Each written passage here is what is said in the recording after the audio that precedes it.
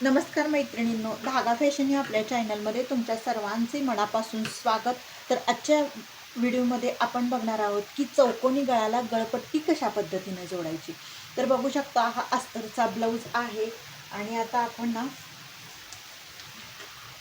उंची बघू शकता, ह्याची 8 इंच घेतलेली आहे आणि त्या पद्धतीने आपल्याला कटिंग करून आता आपल्याला अस्तरवरती अस्तर ह्या मेन कापडाला जोडून आपल्याला गळपट्टी कशा पद्धतीने तयार करायची हे आज आपण बघणार आहोत.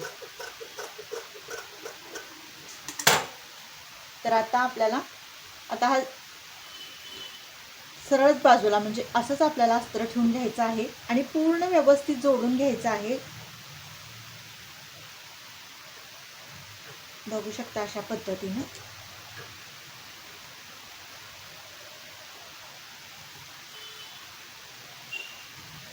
त्याच्यानंतर आपल्याला काय करायचं, एखादी पिन्स वगैरे लावून घ्या, म्हणजे जेणेकरून काय होईल की आपलं जे कापड आणि अस्तर आहे ना व्यवस्थित जोडल्या जाईल. नाहीतर काय होईल, कापड एकीकडं सरकतं आणि मग गळा व्यवस्थित आपला तयार होत नाही. त्यासाठी आपल्याला या पद्धतीने व्यवस्थित ठेवून मग आता टीप मारून घ्यायची आपल्याला. ही सरळ बाजू आहे, ही उलटी बाजू आहे. उलट्या बाजूवरती आतल्या साईडला अस्तर जोडणार आहोत आपण. पाव इंच अंतर आपल्याला ठेवून व्यवस्थित टीप मारून घ्यायची आहे. तर बघू शकता इथे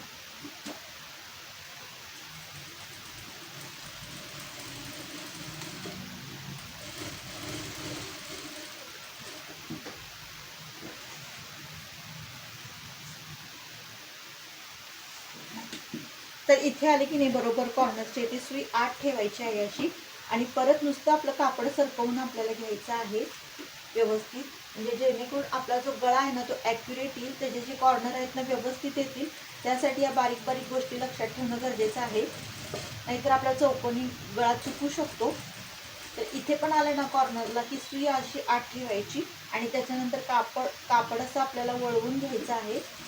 बघू शकता. आणि त्याच्यानंतर टीप मारायला सुरुवात करायची आपल्याला.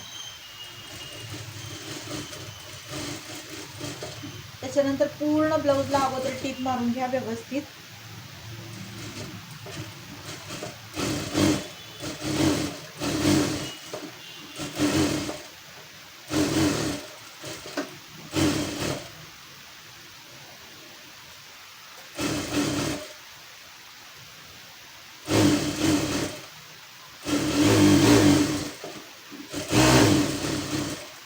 सगळीकडून व्यवस्थित आपल्याला टीप मारून घ्यायची आहे एकसारखी. तर बघू शकता. आता काय करायचं, आपल्याला गळा जो आहे ना हा व्यवस्थित कटिंग करून घ्यायचा आहे, जसं आपण स्टिच केलेला आहे ना त्या पद्धतीनं. तर बघू शकता.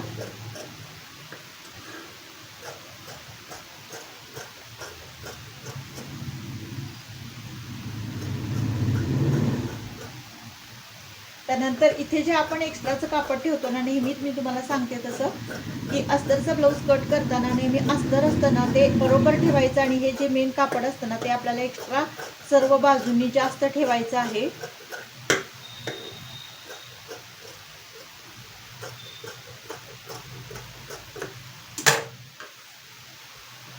त्या पण साईडला जर एक्स्ट्राचं आपण सर्वच बाजूने कापड ठेवतो ते आपल्याला कट करून घ्यायचं आहे.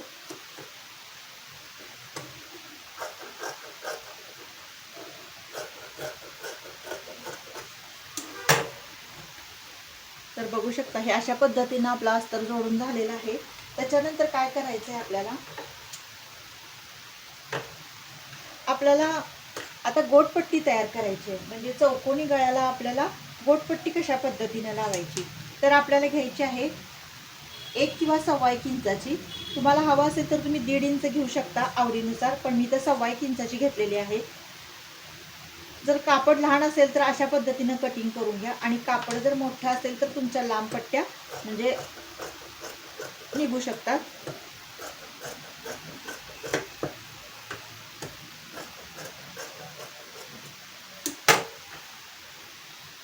इथे पण आपण एखादी पट्टी काढूयात.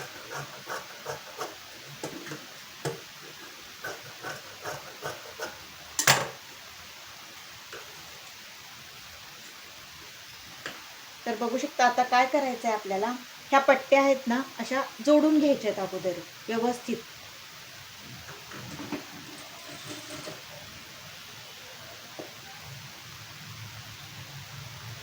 एकसारख्या पावींचे धरून अशा आपल्याला जोडून घ्यायच्या आहेत.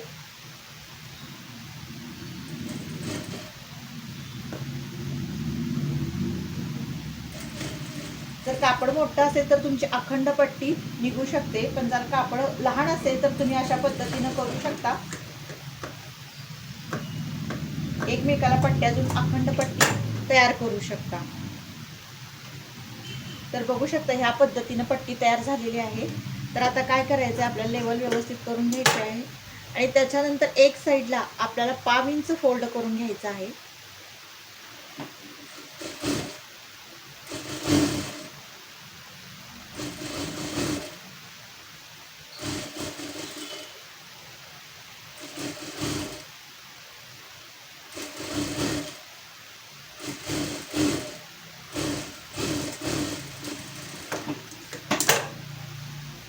तर बघू शकता ह्या पद्धतीने आपली पट्टी तयार झालेली आहे. तर आपण आता काय करणार आहोत, तर ही पट्टी पूर्ण आहे ना व्यवस्थित आपल्या गळ्याला ही अशी जोडून घ्यायची आहे. तर इथं 5 इंच अंतर ठेवून आपल्याला व्यवस्थित एकसारखी टीप मारून घ्यायची आहे आपल्याला. तर बघू शकता शिस्तीत असं जोडून घ्यायचं आहे. आणि कॉर्नरला आल्यानंतर काय करायचं आहे, आपल्याला थोडंसं असं एखादी बारीक चून येईल असं क्रॉसमध्ये पट्टीला करायचं आहे. बघू शकता तुम्ही. आणि त्याच्यानंतर इथे आलं की चौकोनी ह्याला सुई 8 ढकलायची आहे. त्याच्यानंतर अशी सुई वळवून घ्यायची आहे आणि त्याच्यानंतर अशी सरळ टीप मारायची इथून. त्याच्यानंतर इथे पण असंच तसंच करायचं आहे आपल्याला. थोडंसं असं चून घ्यायची आहे बारीकशी आणि त्याच्यानंतर आपल्याला असं चौकोन सारखं तयार करायचं इथे.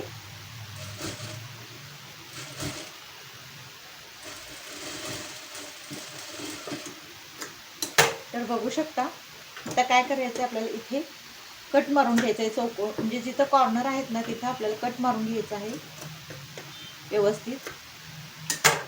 आणि त्याच्यानंतर काय करायचं आपल्याला, ही पट्टी बघितली आतल्या साईडला अशी ढकलायची आहे आपल्याला आणि त्याच्यावरून आपल्याला दाब टीप मारून घ्यायची आहे.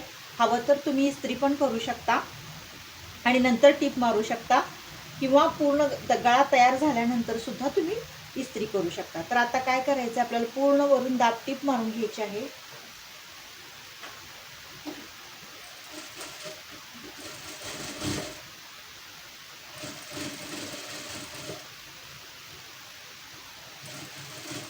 तर इथे कॉर्नरला आले की असं व्यवस्थित वळवून घ्यायचं आहे आपलं कापड.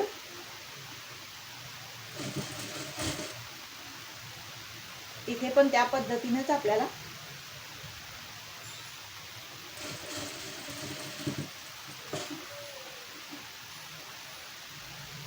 त्याच्यानंतर इथून असं टीप मारायला सुरुवात करायची आहे.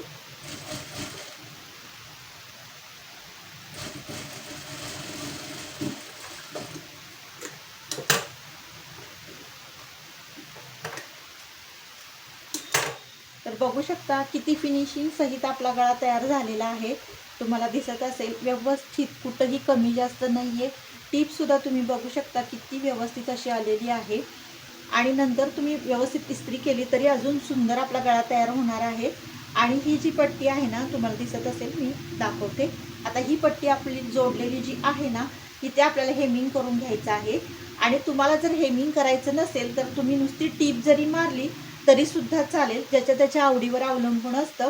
तर तुम्ही नंतर बारीक हेमिंग करून घ्या किंवा वरून अशी एक टीप जरी ह्या साईडला घेतली तरी सुद्धा चालू शकतं. दोन्हीही तुम्ही करू शकता तुमच्या आवडीनुसार. तर बघू शकता अशा पद्धतीने चौकोनी गळ्याला गळपट्टी जोडून घेतलेली आहे.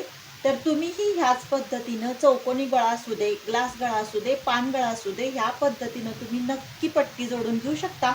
त्यामुळे आपल्याला गळ्याला खूप सुंदर फिनिशिंग येतं आणि आपण ह्या गळ्यावरती हवी तशी सुंदर डिझाईनसुद्धा बनवू शकतो. त्यामुळे आपला प्रॉपर गळा आणि आपल्या साडीला वेगळाच लुक येणार आहे.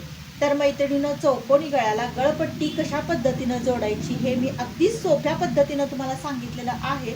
तर तुम्ही सुद्धा ह्या पद्धतीनं नक्की ट्राय करून बघा, तुम्हाला जमणार आहे. तर मैत्रिणींनो, हा व्हिडिओ तुम्हाला कसा वाटला नक्की कमेंट करून सांगा. आवडल्यास लाईक शेअर आणि सबस्क्राईब करा. भेटूया नेक्स्ट व्हिडिओमध्ये. बाय.